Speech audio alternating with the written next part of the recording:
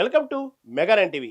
Hyderabad MP కాకపోయినా తనదైన fire brand ఇమేజ్తో దేశవ్యాప్తంగా గుర్తింపు తెచ్చుకున్నారు బీజేపీ నాయకురాలు కొంపెల్ల మాధవీలత.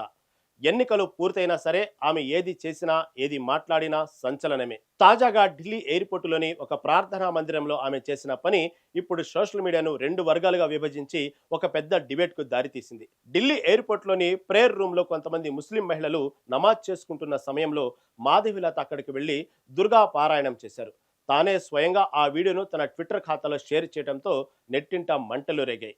ముస్లిం మహిళలు ప్రార్థన చేసుకుంటుంటే కావాలని అక్కడికి వెళ్లి వాళ్లను రెచ్చగొట్టేలా వ్యవహరించారని మాధవీలతను ఒక వర్గం ట్రోల్ చేస్తుంటే, అదే సమయంలో ఎయిర్పోర్టు ప్రేయర్ రూమ్లో ఎవరైనా ప్రార్థన చేసుకోవచ్చని, హిందువులపై ఎందుకంత ద్వేషమని మరో వర్గం ఆమెను సపోర్ట్ చేస్తోంది. అసలు ఆ వీడియోలో ఏముంది?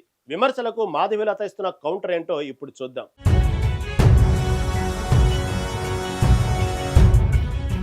ఎయిర్పోర్టులో ప్రయాణికులు ఫ్లైట్ల కోసం వెయిట్ చేస్తున్నప్పుడు కాస్త ప్రశాంతంగా ధ్యానం చేసుకోవడానికి ప్రార్థనా మందిరాలు ఉంటాయి.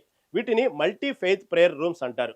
అంటే హిందువులు, ముస్లింలు, క్రైస్తవులు, సిక్కులు ఇలా ఏ మతం వారైనా అక్కడికి వెళ్ళి తమ దేవుళ్లను ప్రార్థించుకోవచ్చు.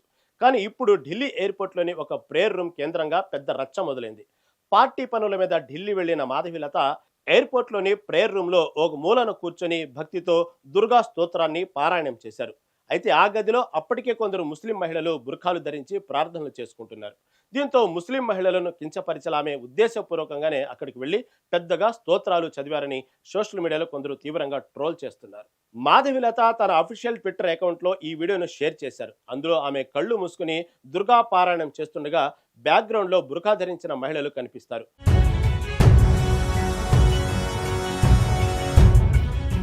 ఈ హడావుడి మధ్య ఒక ప్రశాంత క్షణం, భారత హృదయంలోని దైవత్వానికి ప్రణామం అంటూ మాధవీలత ఆ వీడియోకు క్యాప్షన్ ఇచ్చారు. తాను ఎవరిని ఉద్దేశించి అక్కడికి వెళ్ళలేదని, లోక కళ్యాణం కోసమే తాను విశ్వమాత నుంచి శక్తిని పొందుతూ దుర్గాదేవి దివ్య శ్లోకాలలో లీనమయ్యానని ఆమె స్పష్టం చేశారు. అంతేకాకుండా ప్రయాణికులకు ఒక విజ్ఞప్తి చేశారు. ఈ ప్రార్థనా మందిరంలోని ప్రతి అంగుళాన్ని ఒక పుణ్యక్షేత్రంగా భావిద్దాం. ఇవి గాఢమైన నిశ్శబ్దానికి, లోతైన ఆధ్యాత్మిక అనుబంధానికి నిలయాలుగా ఉండాలి. వీటి పవిత్రతను కాపాడాల్సిన బాధ్యత మనపైనే ఉంది అని మాధవీలత తెలిపారు.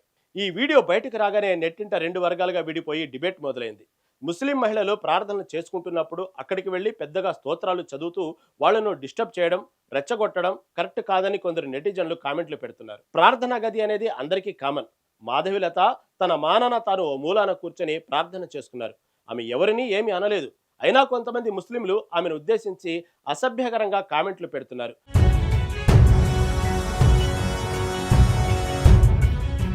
ముస్లిమేతర వ్యక్తులంటే వీళ్లకు ఎందుకంత ద్వేషం అని మరో వర్గం స్ట్రాంగ్ కౌంటర్ ఇస్తుంది.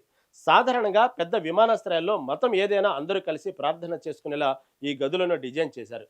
ఇవి సైలెంట్ మెడిటేషన్కు, ప్రశాంతతకు ఉద్దేశించినవి. ఎవరు వెళ్ళినా పక్కవారికి ఇబ్బంది కలగకుండా తమ ప్రార్థనలు తాము చేసుకోవచ్చని రూల్స్ చెబుతున్నాయి. మాధవీలత ముస్లింల టార్గెట్ గా వ్యవహరిస్తున్నారని ఆరోపణలు రావడం ఇదే తొలిసారి కాదు. ఇటీవలే బంజారా హిల్స్ లోని విరించి ఆసుపత్రి వద్ద ఎంఐఎం నాయకులు ఏర్పాటు చేసిన ఇఫ్తార్ విందు ఫ్లెక్సీలను బీజేపీ నాయకులు చించివేయడం ఉద్రిక్తతలకు దారితీసిన సంగతి మనకు తెలిసిందే. ఆ సమయంలో మాధవీలత ఎంఐఎంపై తీవ్రస్థాయిలో విరుచుకుపడ్డారు. ధనవంతులు, పెద్ద నాయకుల కోసం ఫంక్షన్ హాళ్లు, ఏసీ గదుల్లో విందులు ఏర్పాటు చేయడం రంజాన్ స్ఫూర్తికి విరుద్ధమని అన్నారు.